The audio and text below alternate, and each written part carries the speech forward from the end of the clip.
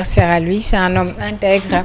d'une dextérité inébranlable, on le sait. C'est quelqu'un de formidable, machallah, ba pare très sensible, am yërmande. Ne serait-ce que nit ñi fi ñëw ndeysaan amuñu yaakaar ci kenn ku du ci moom ñii di feju si laay wax ñii di feju si tous les matins ñu gis ay ñu fi ñëw te ku fi ñëw yaakaar naa ni sa soxla dana la ko fejal parce qu'il est très sensible sur ce côté donc képp koo xamante ne rek yow méttitu nit ki yaa ngi koy yëg nga jël ko def ko sa méttit yow nit ku baax nga. empathie yàlla na ko yàlla fay xolam yokk sutura si ndaxte xam naa ne bu sutura si yokkom incha allah ñun nag dañuy yokk te ginnaaw yàlla nag yaa ñu fi nekkal nag gay maam góor nañ ko nangu rek du dëgg voilà mais bu weesoo loolu noonu yëpp des fois nag mu mettital affaire yi mais garaawul des fois mu mettital ko ba ñu allez 9h43 moo jot Bintoucha, es-tu prête? Oui, je suis prête. Très bien. Alors,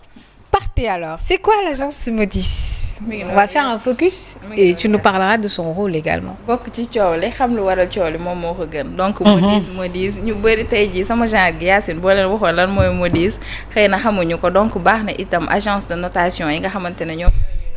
ñu xam seen liggéey xam fan la ñu soxee ko xam itam bu ñu décerner note lan mooy nekk suñu ëllëg loolu la yëpp nag ànd nañ ak économiste mu càmbaral ñu ko Yacine agence de notation yi nag du Moody's kese xëy na di ci gën a siiw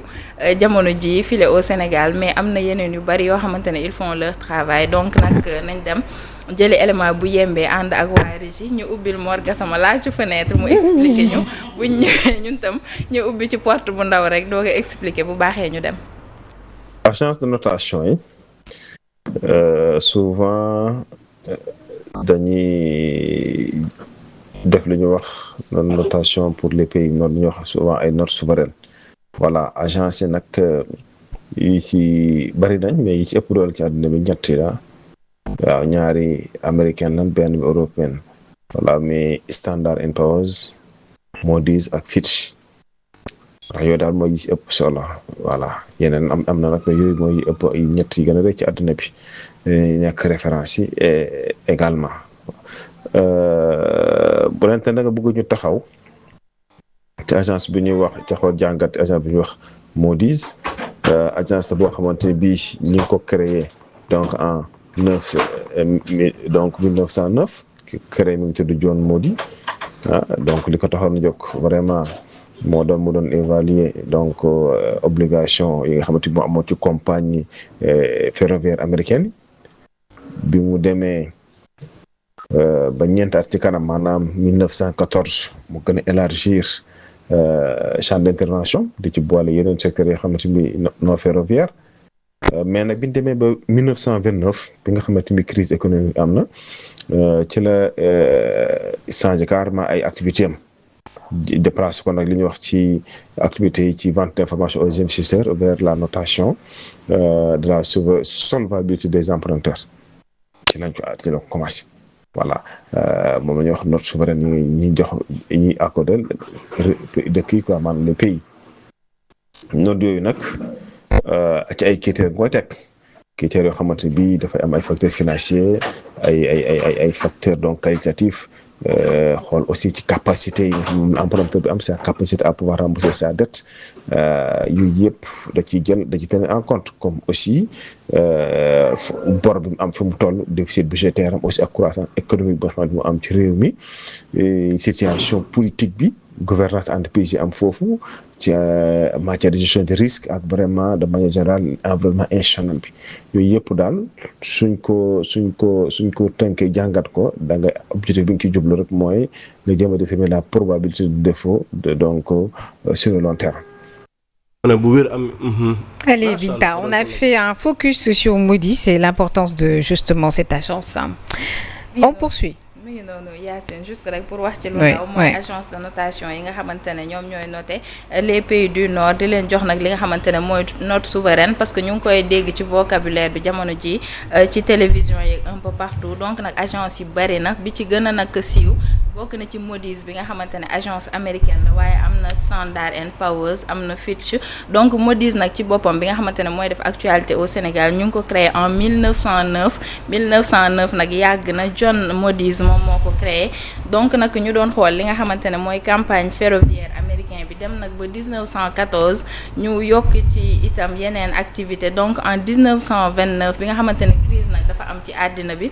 ci la commencé nag di jël ay information di ko jox investisseurs yi maanaam ku ci nekk mu wax la bërëb bi boo fa demee nga dugal fa sa xaalis dina diig wala du diig donc loolu la ñuy gën a xool xaaral mu mandaak loolu léegi voilà note de solvabilité yi nga xamante ne dañ koy joxe donc nag Yacine fi ñuy teg seen ay critères pour décerner nañu note bëri na bokk na ci nag facteur financier yu bëree bëri qualité waaye itam xool ndax dëkk ba boo ko lebalee ndax dina la mën a rembourser am déet loolu yëpp dañ koy xool mais situation politique bu réew ma itam da leen di intéressé bu baax a baax donc nag bu fekkee agence de notation bi nga xamante ne moo di Moody's note bi ci ëpp nag mooy triple A donc triple A boo ko amee élève bu baax nga yeneen note yi nag boo ko amee par exemple da ngay gën a dégradé wu day gën a wàcc ni kii boo ko lebalee sa xaalis dafay dig xëy na du la fay donc Moody's ci boppam muy agence de notation boobu mi ngi présent ci 27 pays juste pour dire importance bi nga xamante ne am na ko yor nag lu toll ci 4000 employés ci àdduna wërngal këpp juste pour rappeler que Sénégal ñu ngi ko jëlee ci B3 te B3 itam dañu dégradé woon lu yàggul dara daal de ñuy dégradé waat indi ñu ci C2A donc muy nag ak perspective boo xamante ne dafay négative donc perspective négative boobu boo duggee ba ca biir liñ ciy gis mooy problème de transparence la ñuy wax waaye pression itam ci liquidité donc jamono ji daal notation bi ñu am ci Moody's Yacine dafay xëy na tax dinañu dégradé nañu xëy na ci wàllum finance ak yu mel noonu am na ay jeexital xëy na yoo xamante ne dina ko am ci wàllum koom-koom et que ñu bëri xëy na ñi nga xamante ne bëggoon nañ investir au Sénégal dinañ téyewaat seen loxo xool bu baax a baax. Moody's daal daa mel ni moom sànni na clin d'œil à FMI daal. Moody's suñu note bi dara baax. yaakaar naa ni FMI lay waxal ci kii ci. nekk en connivence dañoo groupe yooyu en tout cas c'est ça. Alors. Binta Dangote yi tamit ubbi na beneen usine fële ca Côte d'Ivoire donc ñoom instant bi xeexuñu chômage ñoom ña ngay. dëkk te li ci neex sax mooy dëkk bi nga xamante ne moom moo gën a développé en Afrique l'homme le plus riche du continent fa la dëkk juste pour dire que suite logique la tey jii boo jëlee Dangote nit ñaa ngi wax mais moom il continue de bosser bien que Afrique yëpp moom moo fi ëpp koom donc arrêté en Côte d'Ivoire dafay ibbi benn usine donc boo xamante ne lancé na ko le 8 octobre dañuy dem ànd ak waa régie dem dëkku Alassane Dramane Ouattara dellusiwaat léegi sur le plateau. Ce 28 octobre 2025, le groupe Dangote Ciment a officiellement lancé ses activités commerciales en Côte d'Ivoire, marquant une nouvelle étape dans le développement industriel du pays. Implanté à Tingué, en périphérie de la capitale économique à Abidjan, le lancement de ces activités de l'usine marque l'engagement du groupe Dangote à participer à la croissance économique du pays en proposant un produit de qualité conforme aux standards internationaux. Accompagner la Côte d'Ivoire dans sa marche vers l'émergence, en lui apportant un produit de qualité supérieure, conforme aux standards internationaux, mais surtout accessible à tous les acteurs du marché, des grands constructeurs aux artisans du quotidien. Ce projet prévoit des retombées humaines et sociales importantes, notamment la création d'emplois directs et indirects, le développement des compétences locales et contribution à l'émergence d'un écosystème cimentier durable en Côte d'Ivoire. En tout cas mu ngi liggéey daal. mi ngi liggéey donc lancé na ko le 8 octobre 2025 ñu installé ko nag sur 50 hectares fi nga xamante ne mooy ca diwaan bu Côte d'Ivoire donc capacité de 3 millions de tonnes mu nekk nag benn investissement bu 100 milliards de francs CFA. donc nag Côte d'Ivoire mooy 11e pays africain bi nga xamante ne jamono ji mu ngi am usine de production bu Dangote moom mi ngi continuer di liggéey bu baax a baax donc grand bonheur des Nigériens ñoom nga xamante ne nag duñu teg tànk ci économie ci àdduna wërngal këpp bu baax a baax parce que ñoom seen ay président tamit quoi qu'on puisse dire dañ leen di jàppale bu baax a baax ngir seen business mën a jëm ci kanam. c'est très bien noonu la jàppale sa réew. kay suqali kay loo ci mën def ko rek. ah